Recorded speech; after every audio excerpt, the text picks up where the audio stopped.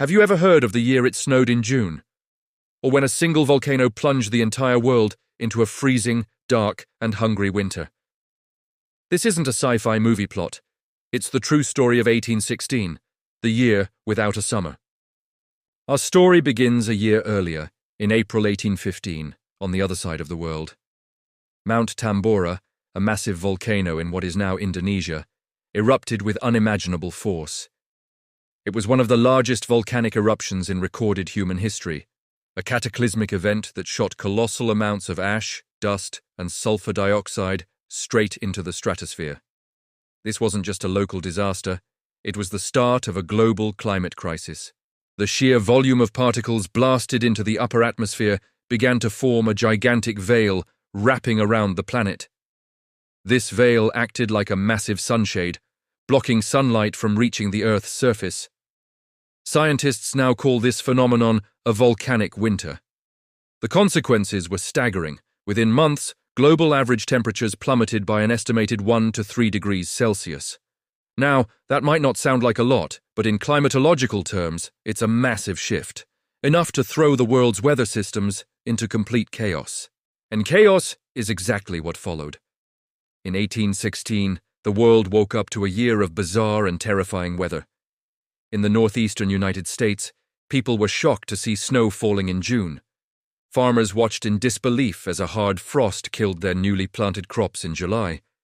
Rivers in Pennsylvania were still frozen over in August. Canada experienced similar brutal cold snaps, with widespread frost and ice destroying any hope of a normal growing season. Across the Atlantic, Europe was no better. The continent was drenched in near-constant chilling rain. Skies were perpetually grey and gloomy. The sun, when it was visible at all, was a pale, dim disk in the sky. It was so cold that the Swiss Alps saw fresh snowfall throughout the summer months. People wrote about the endless storms and the feeling that the sun had simply abandoned them. It was a bleak, relentless, and frightening time. This extreme weather led to a catastrophic chain reaction. With crops failing on an unprecedented scale across North America, Europe, and even parts of Asia, food simply ran out. This wasn't just a bad harvest, it was a total agricultural collapse.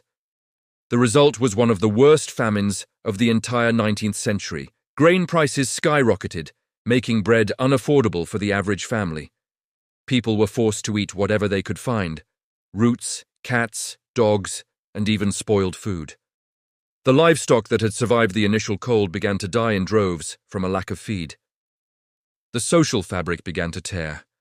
Starvation and desperation fueled anger and unrest.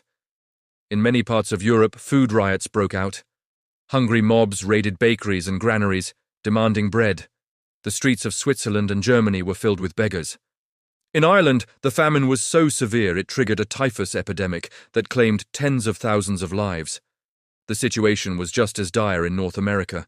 Many farming families in New England, facing their second or third year of failed crops, simply gave up. This triggered a massive wave of migration as people packed up their belongings and headed west, seeking more fertile land and a more stable climate in the American Midwest. This event dramatically accelerated the westward expansion of the United States. But the year without a summer didn't just impact stomachs and politics. It left a deep mark on our culture. Trapped indoors by the incessant rain and gloomy weather during a holiday in Switzerland, a group of young English writers decided to have a competition to see who could write the scariest story. One of them, a teenager named Mary Shelley, was inspired by the dark, stormy, and unnatural atmosphere. The result was her iconic novel, Frankenstein, a story born directly from the Gothic gloom of 1816. The visual arts were also transformed.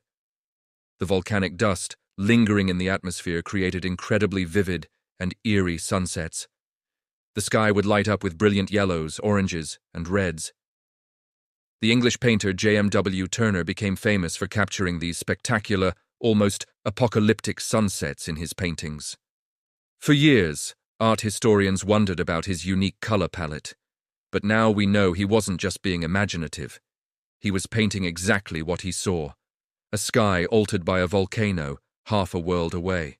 Beyond the immediate suffering and the unexpected cultural boom, The year without a summer gave us something incredibly valuable, a profound scientific insight.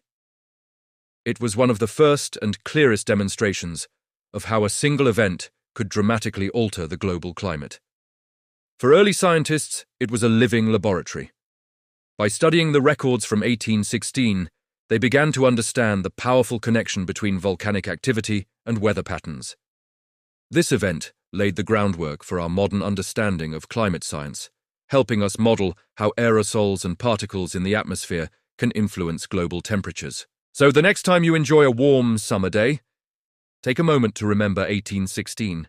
It's a stark reminder of our planet's power, its interconnectedness, and our own vulnerability to its dramatic shifts. The story of the year without a summer is a chilling tale of a global catastrophe. But it's also a story of human resilience, migration, and the unexpected sparks of creativity that can emerge from the darkest of times. Thanks for watching. If you found this journey back in time interesting, please hit that like button and subscribe for more stories about our amazing and sometimes terrifying world. See you next time.